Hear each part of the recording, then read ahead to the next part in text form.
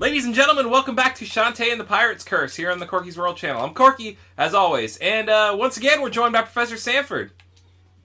What's up? So I got to the island and I put in Lion Gator Lion, and now we're back on Tan Line Island. By the way, we're heading into this temple, Tan Line Temple, where everyone looks like they're hypnotized.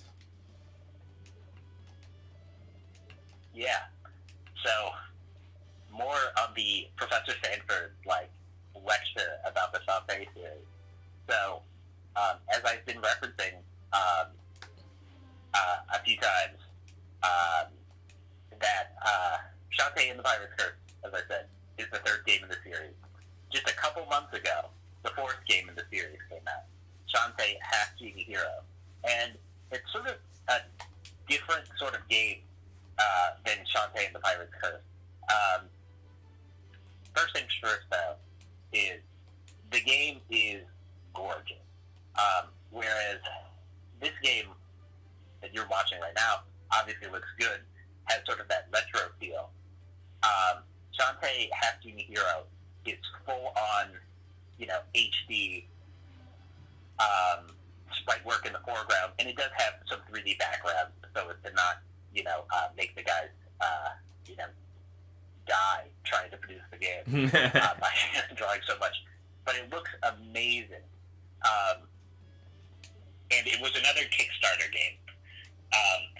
But sort of the weird thing about Half Genie Hero, as opposed to this game, is it's not really finished. One thing that struck me is that the game is shorter than Shantae and the Pirate's Curse. There's not as much non-linear puzzle solving where you have to travel between the islands. There's not as much stuff to collect. There's not collectibles hidden everywhere. Okay. It's more the levels are self-contained. You still have to solve platforming challenges and puzzles with your abilities. In this case, the game goes back to Shantae's dancing ability. She can use her genie powers and use her dances to transform into different animals, which help solve the puzzles. So the game is good. It has the same sort of nice, tight, interesting, platforming as this game, but it's just there's less content in the game. There's sort of less, there's sort of less stuff to do. The plot is not that the plot in this game is not simplistic, but there's less going on that's interconnected. Most islands just have their own sort of little mini quest in them that doesn't really have much to do with the main plot. And then, that's pretty much the game. The game is also even easier than this one.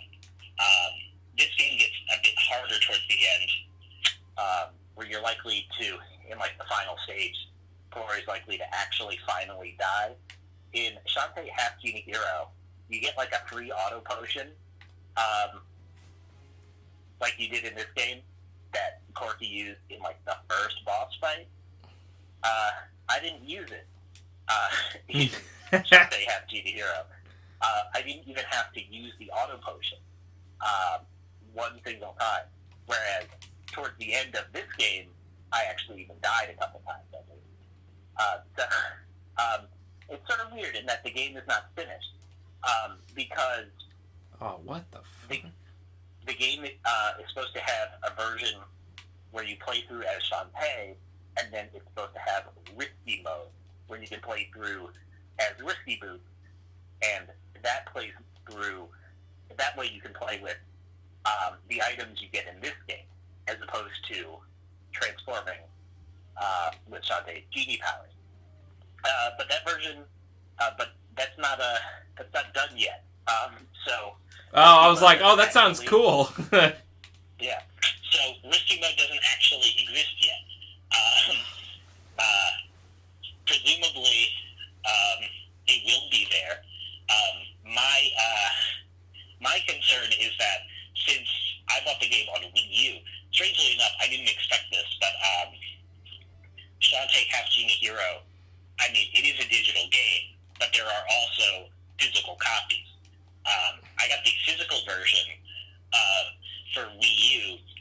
I felt it was necessary to basically give my money to the creators, even though the Kickstarter had ended before I even knew I liked the Shantae series.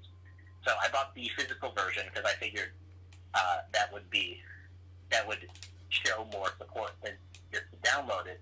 So the physical version costs more because it comes with the game soundtrack, which is done by Jake Kaufman, I believe.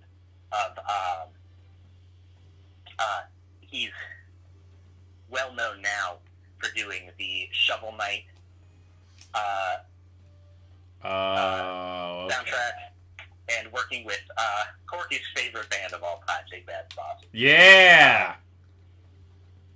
That guy's awesome. He did this? He definitely, I think he did this game. I can look it up right now. And he did Hatching a Hero. But so, my concern is that since the Wii U is pretty much a dead console,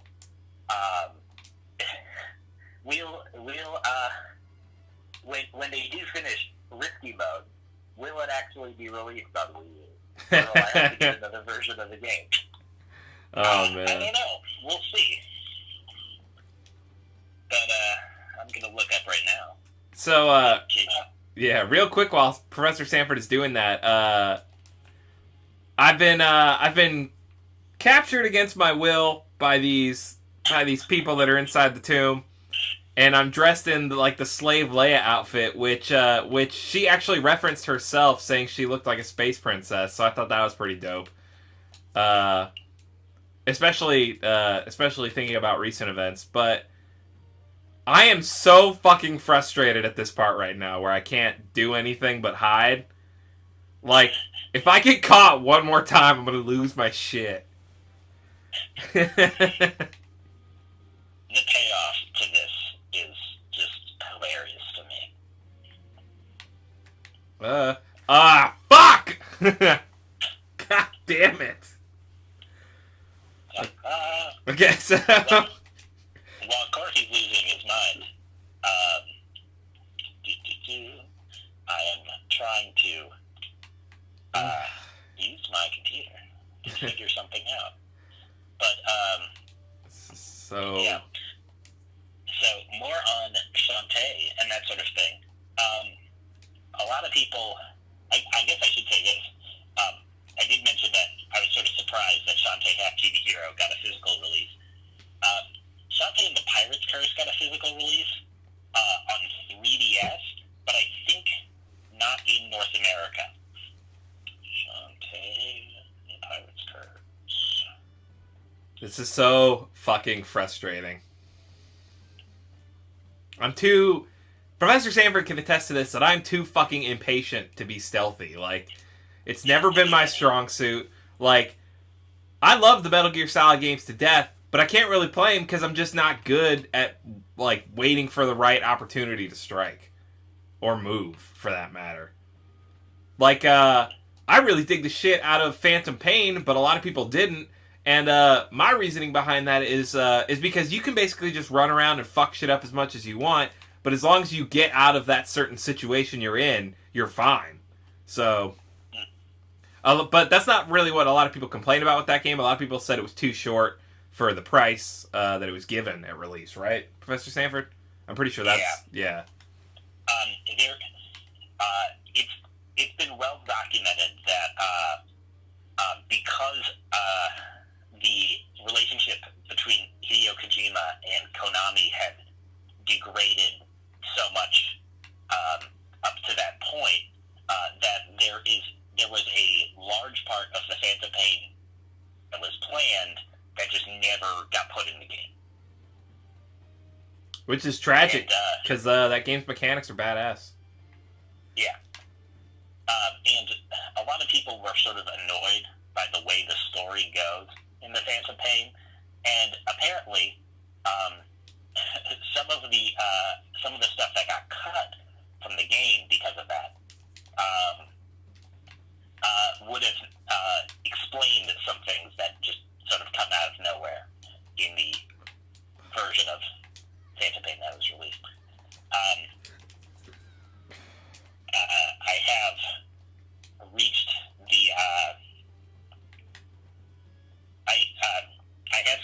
yeah, Jake Kaufman did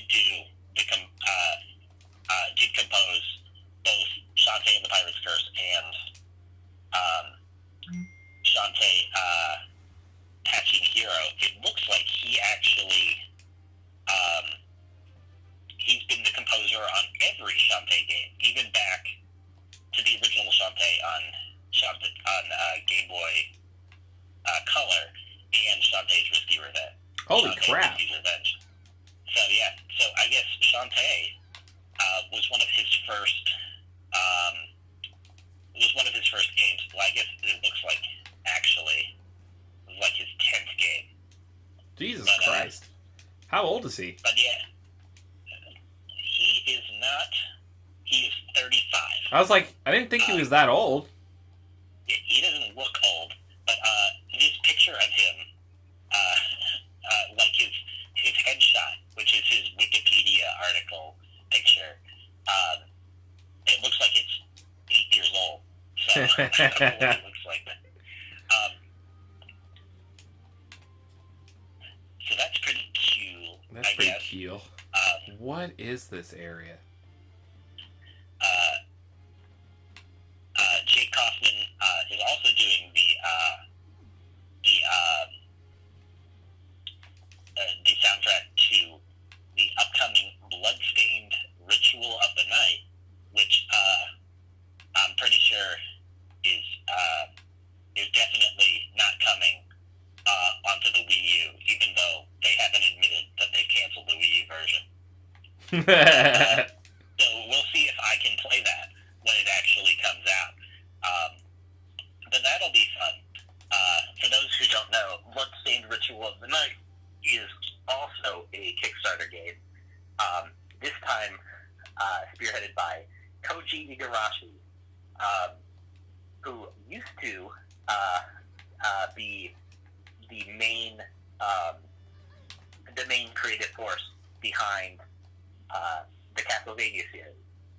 He wasn't the creator of Castlevania, but he was in charge of Castlevania through most of the fan favorite games. Castlevania Symphony of the Night, Game Boy Advance games, and that sort of thing. So, more indies to look out for. How's this stealth going, Corky? I got past the guards and now I'm in the room with like 40 doors in different areas. Mm-hmm. I have 2 keys, but I haven't found anything that's locked yet. Like, now here's a room with stuff. Oh, there's a lock. All right. What the? So Risky's here. Risky's here too. Also in hot girl outfit. I came looking for you, and instead I found this place. The simpletons mistook me for some silly princess and locked me in here. Same here. I'll pound those imbeciles into fish paste when I get my hands on them. We're wasting time. Let's go. What does letting her out do? Well, you gotta save her, man. I didn't even know she was here, though. I know. Oh, here's another door that I opened, I guess. Is it my stuff? Is Sky here, too? What the fuck? They have mistaken all of these girls for their missing princess. And I guess Shantae's not telling anybody that she's working with Risky right now? Yeah, like, that's another thing about Shantae Half-Genie Hero that I kind of didn't like as much. Risky is back to being the villain. A jerk? In Shantae Half-Genie Hero, and they do not reference the fact that they work together and were pals and everything in this game. Oh, that sucks. Because callbacks are one of the best things you can give to a game, movie, series, anything. Yeah, it's almost as though Shantae Half-Genie Hero takes place before this game, but they don't really reference that at all. I don't even know if that's the case. You do meet up with the ammo baron in that game, and it seems that the game does take place after because there are certain people that Shantae knows in Half Genie Hero from this game. Dude, that you meet in this game. What was I supposed to do there? Dude, fuck off. Oh my god. So, anytime you get caught just straight back to start, that shit fucking sucks. Like, I guess that makes sense. Like, it wouldn't make sense for them to drop you not at your holding area, but fuck, man. Yeah, thankfully, like, all of your progress is essentially saved. You don't have to, like, collect keys or anything like that anymore. Yeah. But that's another thing that I've mentioned before. Even though it is true to Metroidvania style, like, having to find the save dude can kind of be frustrating sometimes. Like the first time I sat down and did a playing sesh, I turned it off and then I was like, oh, did I save? Well, I was like, it probably saved. I'd just done something important. And then I turned it back on and I was back at the dude and I was like, oh, shit. So I actually had to re-go through, I don't remember what it was, but something, and then find the save dude in Scuttletown and then go. That was pretty cute. Yeah, sort of a more old school save feature. That's another thing I had forgotten about to talk about when talking about Shantae Half Genie Hero is you can tell the different design philosophies based on how you treat saving. In this game, obviously, once you make certain progress, you'll find and save you and save stuff. In Shantae Half Genie Hero, because the game is designed more linearly, basically the save dudes just show up in loading screens. They're not even in the universe. So when you transition from one area to another, your screen turns black and it just shows Shantae walking forward. And there's this save dude who's like, "Oh, would you like to save your progress?" And you're like, "Yeah, let's go." So that's what Shantae says. She doesn't actually say that to that.